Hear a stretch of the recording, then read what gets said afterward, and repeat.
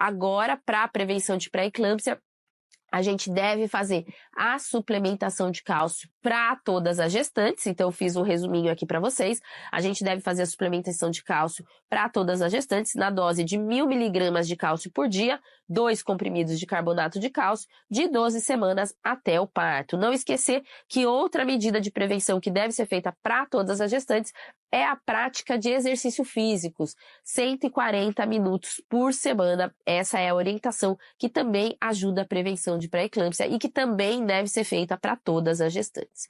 E em relação à prevenção de pré-eclâmpsia para gestantes de alto risco, não mudou. Então, quando a gente tem um fator de alto risco ou 2 fatores de risco moderado ou um rastreamento combinado positivo, e aqui o rastreamento combinado positivo entra os marcadores bioquímicos e a Doppler velocimetria da artéria uterina. Então, se a gente tiver o rastreamento combinado positivo, ou um fator de alto risco, ou 2 fatores de risco moderado, a gente vai ter que fazer para essas gestantes, então, de alto risco, a aspirina em baixa dose, 100 a 150 miligramas por dia, e iniciar a partir de 12 semanas de gestação, preferencialmente antes de 16 semanas, mas pode ser iniciado até 20 semanas, e a aspirina a gente mantém até 36 semanas de gestação, a gente não deixa até o parto, como o carbonato de cálcio. E para gestantes de alto risco, a suplementação de cálcio pode ser feita numa dose maior. Então, como a gente viu, para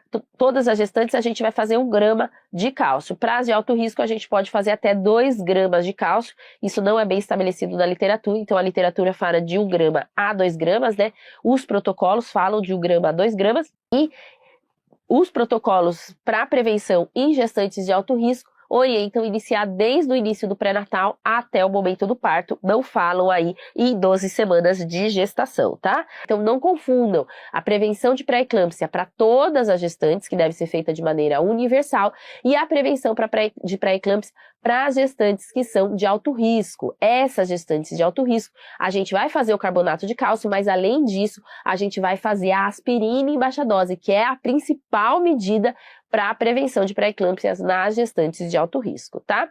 Então, só relembrando também quais são os fatores de alto risco: história pregressa de pré-eclâmpsia, obesidade, IMC maior do que 30, hipertensão arterial crônica, diabetes tipo 1, tipo 2, doença renal, doenças autoimunes como lúpus e SAF, tratamento de reprodução assistida e gestação múltipla. Então, esses são os fatores de alto risco. O único fator de alto risco já indica que essa gestante é de alto risco, já indica o uso da aspirina, além do uso do cálcio, tá? Risco moderado é quando a paciente teve, numa gestação prévia, eventos adversos, como descolamento prematuro de placenta, prematuridade e baixo peso ao nascer a partir de 37 semanas, história familiar de pré-eclâmpsia e mãe ou irmã, nuliparidade, idade materna acima de 35 anos ou intervalo interpartal acima de 10 anos. Aí a gente precisa ter 2 riscos moderados para a gente considerar essa gestante de alto risco e para ela ter indicação do uso da aspirina, tá?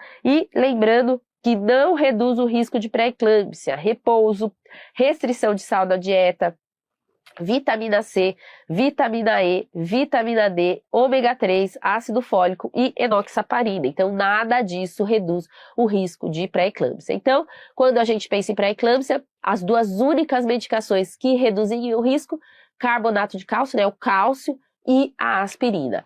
Cálcio deve ser feito para todas as gestantes, então deve ser feito de maneira universal. A aspirina só para gestantes de alto risco para desenvolver pré-eclâmpsia. Então, como a gente viu, quando tiver um fator de alto risco, 2 fatores de risco moderado ou rastreamento combinado positivo.